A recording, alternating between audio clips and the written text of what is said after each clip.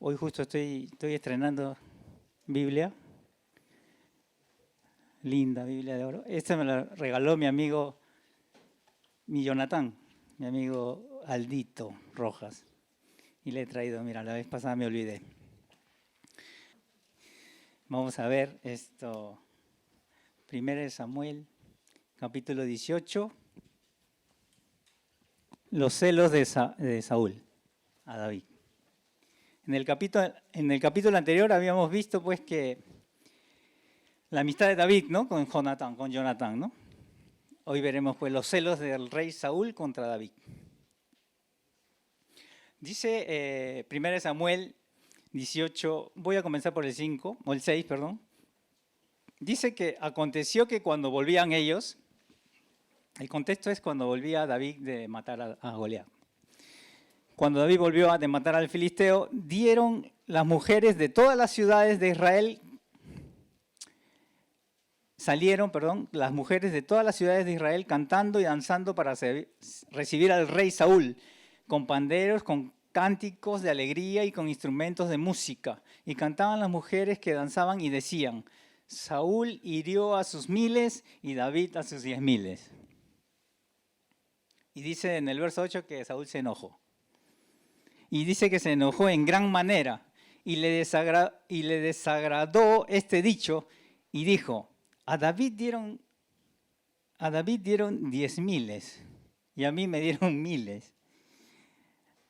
No le falta nada más que el reino, o sea, no falta nada más que le den pues el reino. Y de aquel día, dice, Saúl no miró con buenos ojos a David. Qué diferente, ¿no?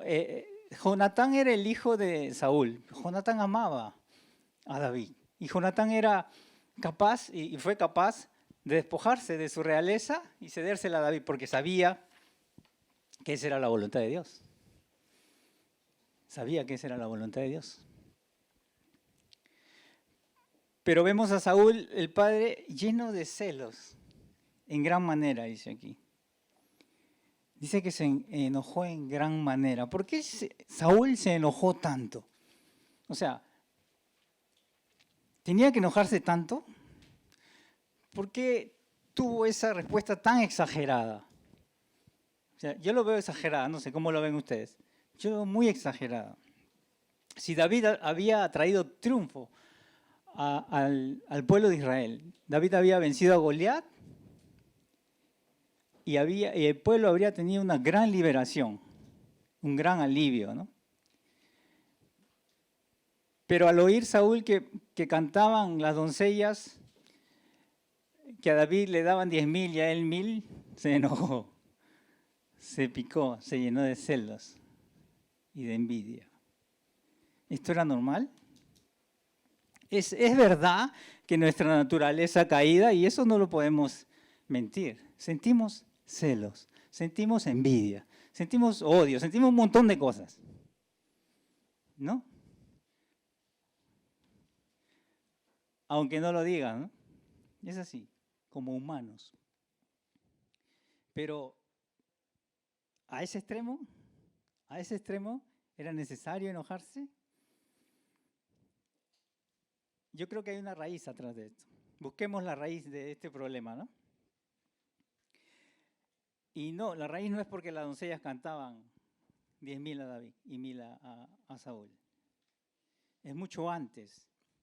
En 1 Samuel 3:20 dice así la palabra, dice que desde Dan hasta Bérseba, todo Israel sabía que Samuel era profeta de Dios. Todo Israel sabía, dice. Oh, pero Saúl no sabía.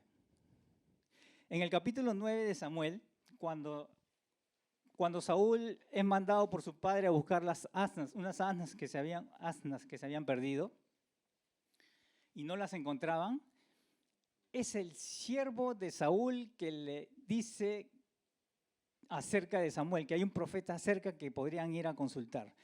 Saúl no sabía. Era el siervo el que sabía, ¿no? Ahí estamos teniendo algunos datos de la razón por qué, del estado de Saúl. Él no sabía quién era el profeta. O sea, él no tenía interés por las cosas espirituales. Ahí comenzamos a ver el problema en Saúl. Y pregunto, ¿y tú tienes interés espiritual? ¿Tienes interés por las cosas de Dios? No estoy hablando del domingo, ¿no? Por supuesto, hoy veo que todos tienen interés por las cosas de Dios. Pero ¿cuánto tiempo le dedicas en leer la Biblia en la semana? O sea, ¿tu Biblia la abres más que abres el TikTok?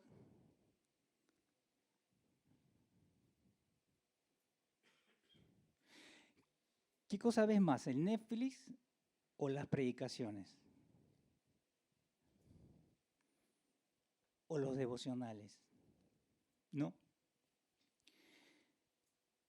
Luego vamos a ver nuevamente a Saúl en el capítulo 9. Él está enfocado en buscar las asnas de su padre. Es interesante, ¿no? Porque él está enfocado en estas asnas. Mira, en ese tiempo esas asnas eran lo que vendría a ser hoy un microbús donde yo pueda llevar, ¿no? Un instrumento de trabajo, ¿no? Un montacargas, ¿no? Él está enfocado en las asnas, en lo material, ¿no? Bueno, en la responsabilidad familiar económica, ¿no? Pero nada más, no hay iniciativa para buscar una guía divina, ¿no? El siervo es el que le tiene que decir, mira, acá hay un profeta, vamos a preguntarle.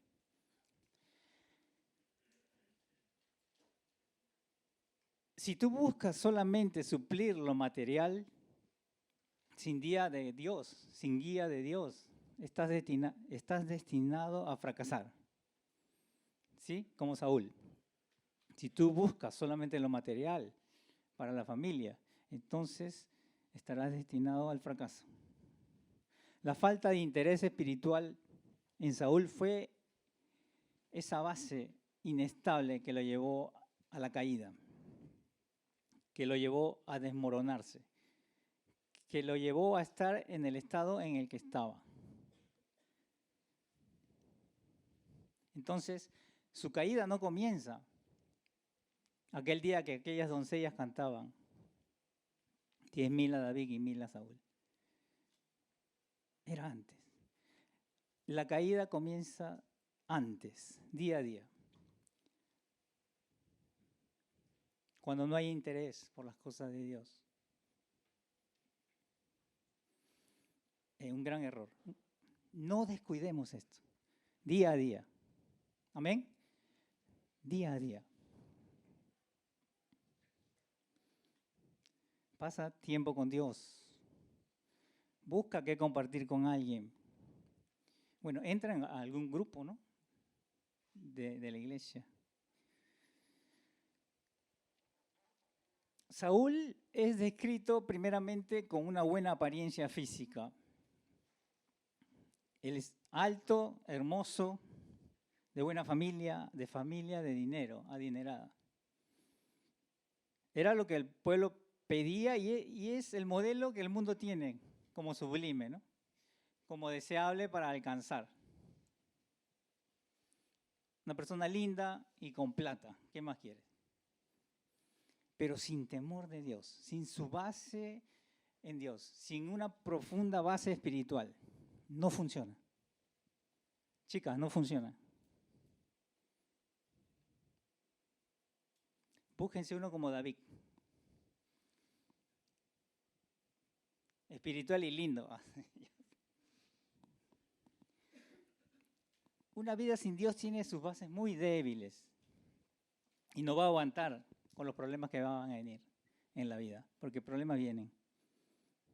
Saúl era el líder perfecto, pero por apariencia, en apariencia, pero sin una base espiritual. En Samuel 13, Saúl ofrece sacrificio a Dios Saúl ofrece sacrificio cuando Samuel era el que tenía que ofrecer sacrificio. El ofrecer sacrificio era estrictamente reservado a los sacerdotes levitas por la ley de Dios. Y Saúl ofrece sacrificios. Cuando Saúl lo confronta y le dice, ¿qué cosa loca has hecho? Él se justifica y da excusas. La palabra dice en 1 Samuel 13:14 que Saúl es desechado por la desobediencia. Qué importante es la obediencia a Dios. Qué importante es la obediencia a Dios. Mira que te mando a que te esfuerces y seas valiente, dice la palabra de Dios, ¿no? En Josué. Para ser como tu siervo Moisés te ha dicho. No te vayas ni a derecha ni a izquierda.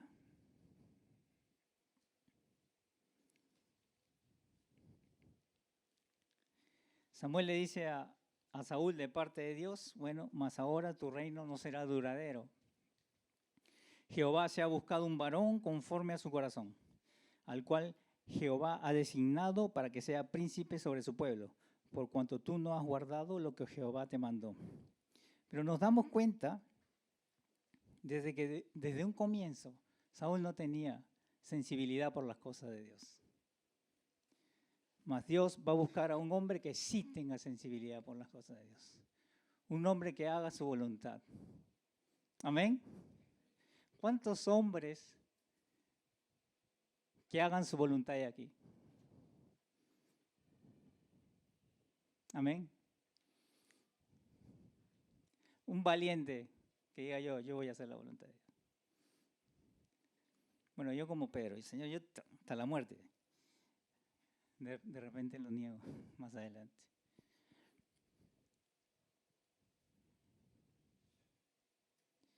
Dios ha buscado un hombre conforme a su corazón. Un hombre conforme a su corazón es alguien que hace la voluntad de Dios. Eso es. ¿Te das cuenta? No es un hombre perfecto. Es un hombre que quiere hacer la voluntad de Dios. Amén. Ahora voy a replantear la pregunta. ¿Quién quiere hacer la voluntad de Dios? Esto está más fácil. ¿Quién quiere hacer la voluntad de Dios? Levanta tu mano. Esto está más fácil.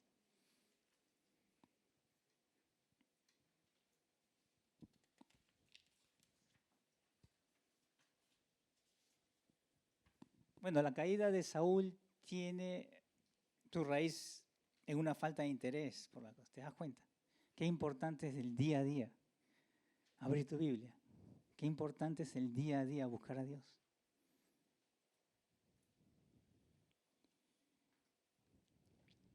Dice que las brasas cuando se juntan arden, pero cuando se separan se apagan.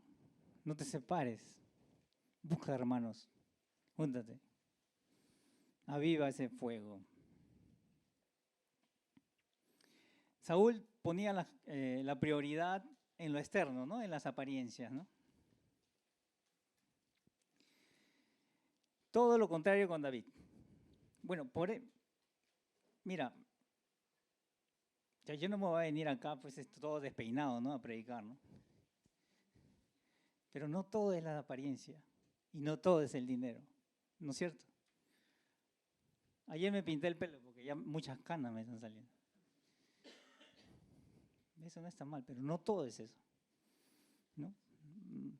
Después no me voy a poder pintar porque se me va a caer todo.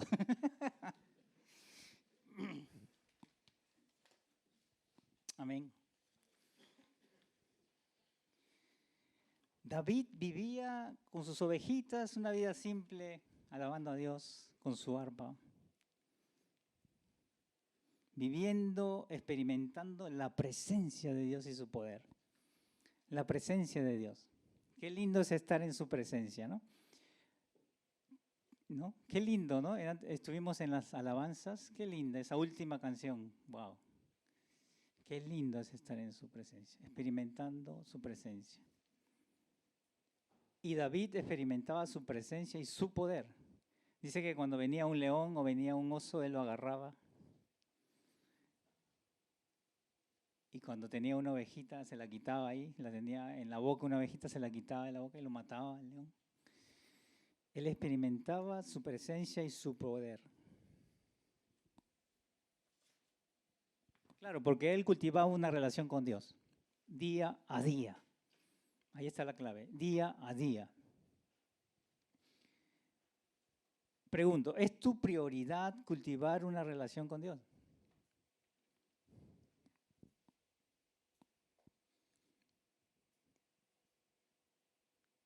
Respóndelo tú mismo. ¿Es tu prioridad? ¿Cuánto tiempo le dedicas? Este es importante. Mira, el primer mandamiento dice, amarás a Dios sobre todas las cosas. ¿Por qué? Que Dios es egoísta, quiere que lo amen a Él nada más. ¿No? Un ateo diría que Dios es narcisista, todo para Él. Quiere que todos lo miren. Amarás a Dios sobre todas las cosas.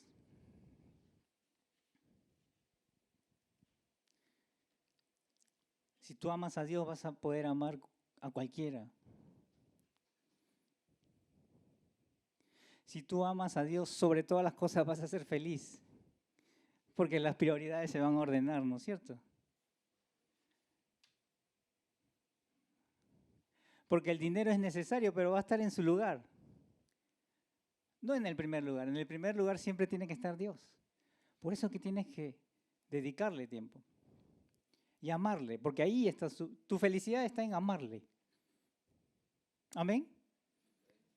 No te olvides de eso. Tu felicidad está en amar a Dios. Si tú amas a Dios vas a ser feliz.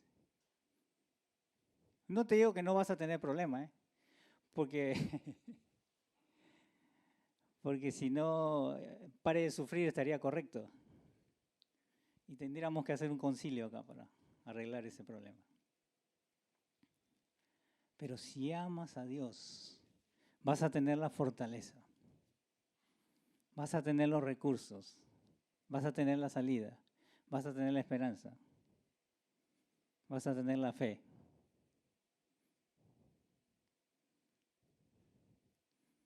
Y vas a tener un corazón lleno de la presencia de Dios. Amén. Aleluya. Interesante, ¿no? Si tú amas a Dios sobre todas las cosas, entonces las cosas se van ordenando. Todo se va ordenando. ¿Verdad? Todo se va ordenando. ¿Quieres novia? Bueno, se va a ordenar en su tiempo. ¿Quieres novio? Uno como David.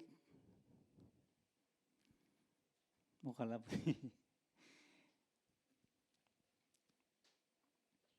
Dice Génesis 1.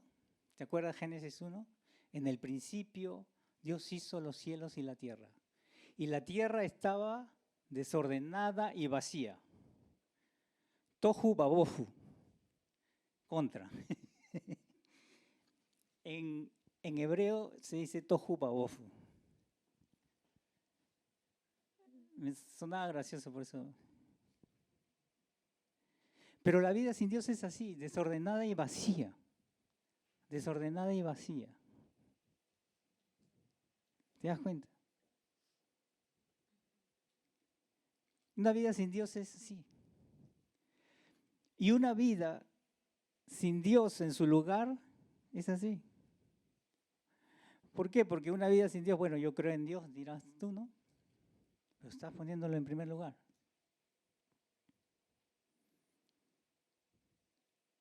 No, este es serio, ¿verdad? Porque muchos dicen yo creo en Dios. Pero salimos de aquí y hacemos otra cosa.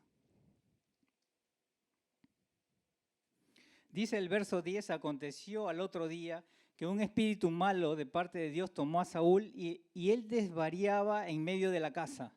David tocaba con su mano como los otros días y tenía a Saúl la lanza en la mano, dice, ¿no? O sea, la desobediencia trajo juicio a Saúl. Un espíritu malo de parte de Dios vino hacia él. Él se volvió loco y violento. Él desvariaba, dice, o sea, decía cosas incoherentes, o sea, es una locura, ¿no? Y dice también que tenía una lanza en la mano, se volvió violento. Es que sin Dios uno se vuelve quejoso, violento, iracundo, no sé. ¿No es así? Echándole la culpa a todo el mundo. Por eso que a veces hay algunos que tratan muy mal, ¿no? Porque se han vuelto violentos por no tener a Dios, por no tener en qué confianza, por no tener en quién descargar, por no tener a quién acudir. Alguien que sea más poderoso que mis problemas y mis aflicciones. Saúl estaba loco. Tenía una lanza en la mano. Estaba a la defensiva. Cuando hay problemas en la casa, ¿estás a la defensiva? Si estás a la defensiva, estás como Saúl. Cuidado. ¿Estás con la lanza en la mano?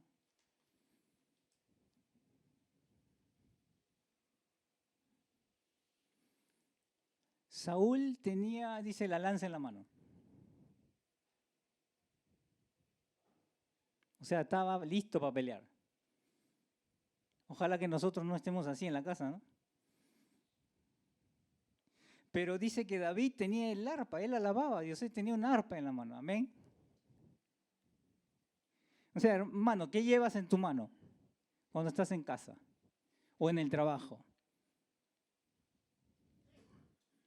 O de repente cuando tienes un problema con un hermano, ¿estás con la lanza o con el arpa?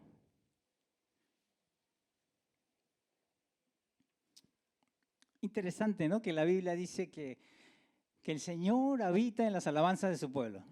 Amén. Él habita en las alabanzas de su pueblo. Nosotros tenemos que estar siempre con la alabanza, ¿no? Con el arpa. Escuchaba ahí a los chicos, lindo. Y a Nacho ahí tocando la batería. Todo el talento de su padre. Qué lindo. Él habita en las alabanzas de su pueblo. Pero la verdadera alabanza no solamente es de labios, ¿sí? No solamente es de labios. ¿Te acuerdas la mujer samaritana? En Juan 4 habla acerca del encuentro de Jesús con la mujer samaritana. Y la mujer samaritana le dice al Señor, le dice, bueno, ¿sabes qué? Esto de la religión, mis padres me dijeron que hay que adorar aquí en este monte. Y ustedes los judíos dicen que hay que adorar allá en Jerusalén. Total, ¿no? Los católicos dicen allá en la iglesia, los protestantes dicen acá. ¿Qué pasó? Pero el Señor dice, tú hablas lo que no sabes, porque la salvación viene de los judíos, ¿no? Y vendrá el día en que los verdaderos adoradores adorarán en espíritu y en verdad. Y tales adoradores Él busca. Es bien interesante. Esto es bien interesante. Cuando escuché esto es lindo. La palabra adoradores ahí está escrita en griego, ¿no? Como está escrito el Nuevo Testamento en griego. Se llama proscrineo, dice. Que significa, que es diferente a alabar. Aquí adorar y alabar es diferente. Alabar es con los labios.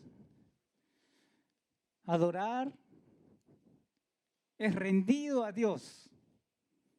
Rendido a Dios, a los pies de Dios, sujeto a su voluntad, haciendo su voluntad. ¿Me entiendes? Es totalmente diferente. Dios está buscando verdaderos adoradores que le adoren en espíritu y en verdad. Gente que se postra ante Él. Gente que se rinde ante Él. Que dice, hágase tu voluntad. Dios está buscando verdaderos adoradores y Dios está buscando, así como buscó a David, alguien que haga su voluntad, alguien conforme a su corazón. Amén. Alabar es diferente que adorar. Amén. Alabarla puede hacer una bonita voz. Adorarlo va a ser un corazón rendido a Dios.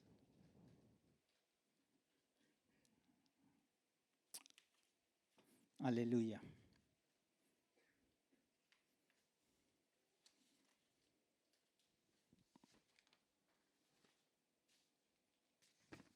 Tu vida debe ser adoración a Dios. Pablo, ahí en Romanos, ¿no? 12:2, ¿no? Dice que presentemos nuestros cuerpos como sacrificio vivo, santo, agradable a Dios, que es nuestro verdadero culto racional. Ese es nuestro verdadero culto, esa es nuestra verdadera adoración, un sacrificio vivo a nuestro Dios. Amén. Claro, pero para eso necesitas día a día esa sensibilidad espiritual, esa búsqueda de Dios. Así como David. No pierdas tiempo.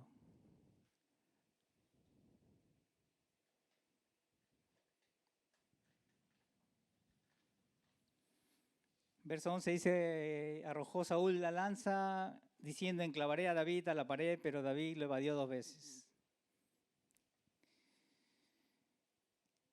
Mas Dios nos libre de sentimientos de odio contra nuestro hermano, ¿no? Seamos como Jonatán. Jonatán dice que se despojaba de su realeza para que se cumplan los planes de Dios en la vida de David.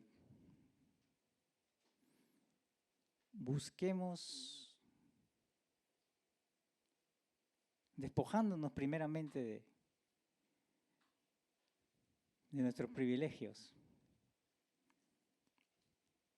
Líderes. Para que se cumplan los planes en los hermanos. Amén.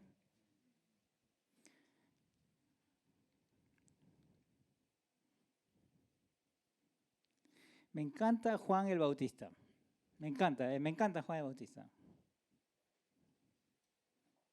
Él dice, es necesario que yo mengüe para que él crezca. Amén. ¿Puedes decir eso? Verso 12 dice, mas Saúl estaba temeroso de David por cuanto Jehová estaba con él y se había apartado de Saúl. Por lo cual Saúl lo alejó de sí y le hizo jefe de 1000 y salía y entraba delante del pueblo. Y David se conducía prudentemente en todos sus asuntos y Jehová estaba con él. Qué triste terminó Saúl, ¿no? Terminó loco, paranoico. Porque Dios se había apartado de él. Bueno, Saúl nunca creyó. Saúl nunca fue creyente. Hemos visto su perfil, hemos visto su vida, su recorrido. Él nunca creyó. En el Antiguo Testamento el Espíritu Santo venía sobre ciertas personas para realizar ciertas funciones, como en el caso de Saúl, que Dios lo ungió para ser rey y se manifestó con profecía y se manifestó con poder cuando Saúl venció a sus enemigos a través del Espíritu Santo. Pero Saúl constantemente rechazó a Dios. Esto es lo que se llama en el Nuevo Testamento blasfemia contra el Espíritu Santo. Viendo las manifestaciones de Dios, negar a Dios. Esto es lo único que Dios no va a perdonar. ¿No? Jesús dijo en los evangelios, ¿no? Viendo a los fariseos y viendo los milagros que estos hacían, atribuyeron los milagros de Jesús a Satanás. Un rechazo deliberado y persistente que se llama blasfemia contra el Espíritu Santo. Amén. ¿Dónde comienza la vida espiritual?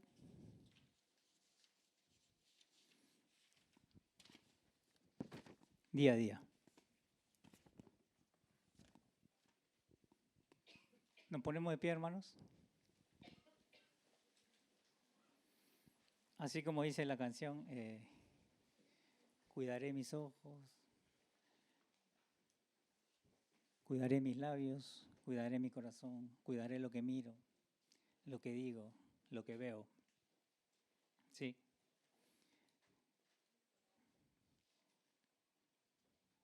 ¿Cuántos quieren ser un hombre conforme al corazón de Dios? Vamos a pedirle a Dios. Nuestro Dios, gracias por tu palabra. Gracias por tu siervo David.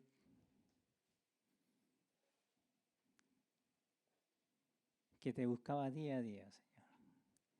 Y andaba con alabanza en su mano, bendiciendo, Señor.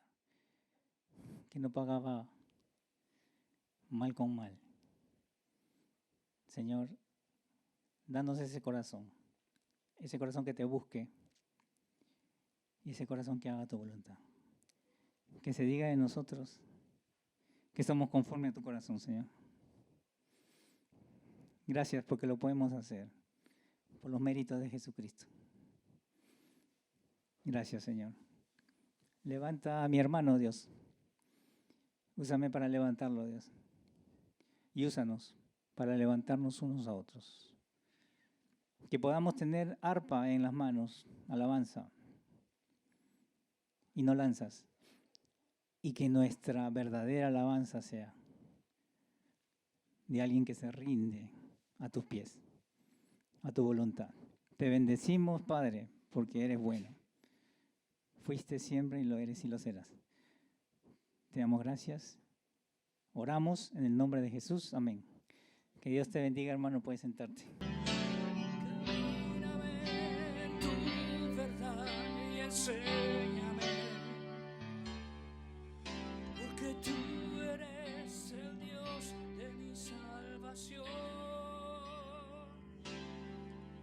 En ti he esperado, en ti esperaré todo el día y cada noche, muy temprano en la mañana. Enséñame a esperar en ti, Señor.